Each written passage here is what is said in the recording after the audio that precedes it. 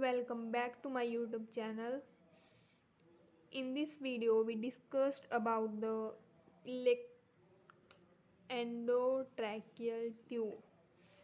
सबसे पहले endotracheal tube होती क्या है, इसे हम कब यूज़ करते हैं, ये इस वीडियो में हम इसके बारे में सब पढ़ेंगे। इसके यूजेस क्या हैं, फंक्शंस क्या हैं।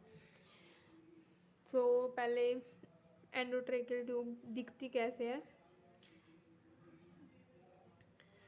इसका यूज़ हम ओटी में करते हैं। जब हम ऑपरेशन करते हैं, जिस पेशेंट को हम जीए देते हैं, जनरल एनेस्थीसिया देते हैं, तब हम एंडोट्रैकियल ट्यूब का यूज़ करते हैं।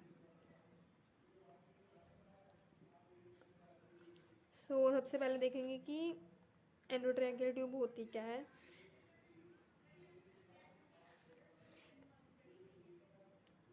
Endotracheal tube is a flexible tube that is placed in the trachea windpipe. Endotracheal tube क्या है, एक फ्लेक्सिबल ट्यूब है जो कहाँ पर प्लेस की जाती है, हमारे ट्रैकिया में प्लेस की जाती है।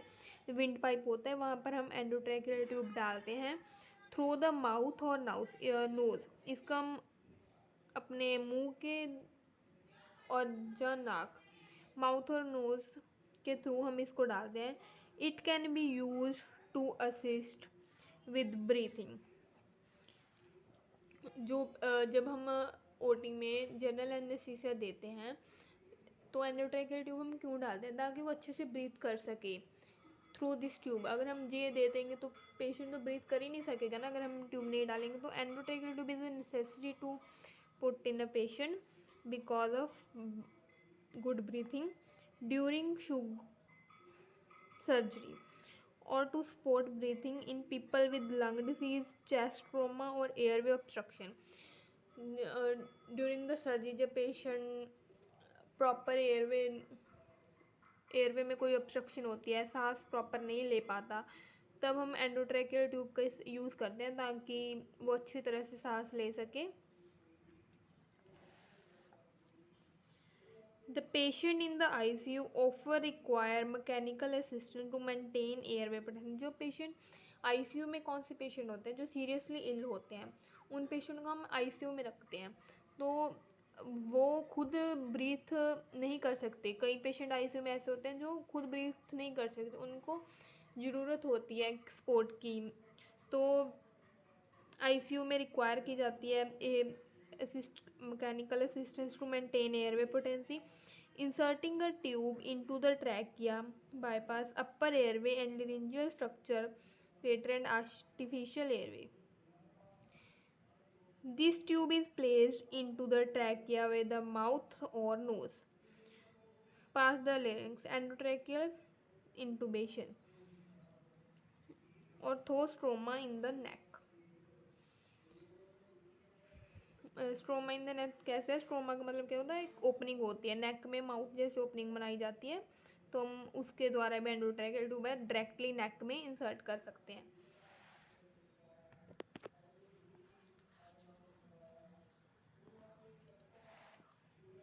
ET tube is more common in ICU patient. It can be preferred quickly and safety at the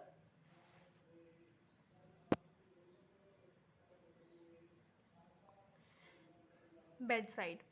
ICU में क्या होते हैं, आपको पता है, हर एक बेड के पास उसका अलग मॉनिटर होता है, प्रॉपर सेफ्टी पूरे कैन होते हैं। तो एंडोट्रैकियल इंटूबेशन, इसके फंक्शंस क्या होते हैं। अब the function of the ET tube is to deliver oxygen and other gases directly into the trachea. जब पेशेंट को हम जीए देते हैं तो वो ऐसे तो नहीं ना खुद ब्रीथ करेगा, वो तो बेहोश होगा।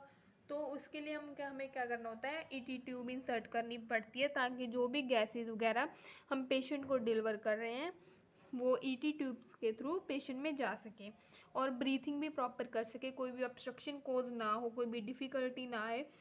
तो ये हमारे protect the lung from contamination for gastric content and nasopharyngeal matter such as blood. Allow one to provide positive pressure. तो ये तो थे कुछ फंक्शंस ET ट्यूब के। अब हम पढ़ेंगे यूजेस। अपर एयरवे ऑब्स्ट्रक्शन, एपनिया, जब एपनिया होता है तब हम ईटी ट्यूब का यूज़ करते हैं। Infective clearance of secretion, respiratory distress के लिए, रेस्पिरेटरी अरेस्ट के लिए, कार्डियक अरेस्ट के लिए, हाई रिस्क ऑफ एस्पिरेशन के लिए। जब पेशेंट को बेसिकली सांस लेने में कोई दिक्कत होती है, एस्पिरेशन में कुछ प्रॉब्लम होती है, तब हम क्या करते हैं, ईटी ट्यूब इंसर्ट करते हैं ताकि पेशेंट ब्रीथिंग है वो अच्छी तरह से कर सके और जो सर्जरी है वो डन हो सके। तो इसके कॉन्ट्राइंडिकेशन क्या होते हैं, सीवियर एयरवे ट्रोमा और obstruction that does not permit safe passage to endotracheal tube, cervical spine injury, coagulopathy, severe lung disease, esophageal obstruction, infection, allergy। तो इन केसेस में हम ईटी ट्यूब इंसर्ट नहीं कर सकते।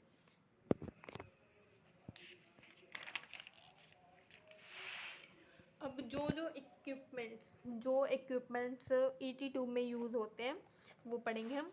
सबसे पहले जो ईटी ट्यूब होती है उसके डिफरेंट साइज़ होते हैं, अकॉर्डिंग टू द पेशेंट हमें डालने पड़ते हैं। जैसे चिल्ड्रन के लिए, बच्चों के लिए ईटी ट्यूब का छोटा साइज़ होता है, बड़ों के लिए अलग होती है। ऐसे इसके साइजेज चलते जाते हैं, जैसे 2.5, 3.5 ऐसे आगे आगे चल जाते हैं। स्मॉलर साइज़ होता है 2.5 और लार्जर होता है 10।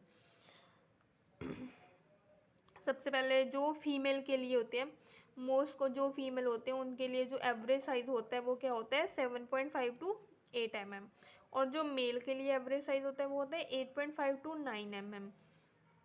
तो इसके लिए हम एक मेटल वायर स्टाइलेट कहते हैं जिसको हम वो यूज़ करते हैं, लेरिंजोस्कोप यूज़ करते हैं, and blade, straight blade, curved blade, suction clear करने के लिए कोई भी सक्रीशन वगैरह जब हम ईटी ट्यूब वगैरह डालते हैं तो प्रॉपर उस क्लियर करने के लिए हमें सक्शन यूज़ करता है। Tonsil tip, suction kit, syringe, inflate, balloon को इन्फ्लेट करने के, जो ईटी ट्यूब के हमने देखा था ना यहाँ पीछे में, जो ये कफ होता है ना जब हम ईटी ट्यूब को प्रेस करते हैं, डाल देते हैं ना पेशेंट में, तो इसको इन्फ्लेट करना होता है। जब निकालते हैं तो इसे डिफ्लेट करना पड़ता है।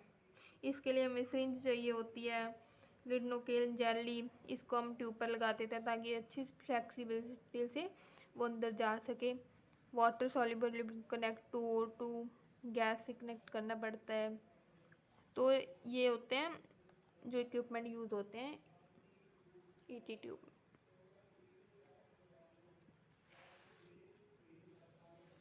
सबसे स्मॉलर साइज होता है जो ईटी ट्यूब का वो होता है 2.5 और लार्जर होता है 10। तो ये था ईटी ट्यूब के बारे में, और डायग्राम भी आप देख लो अच्छी तरह से कैसे होती है।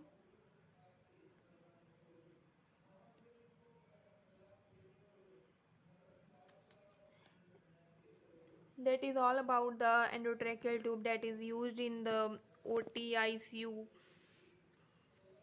ताकि पेशेंट ब्रीथ अच्छे से कर सके।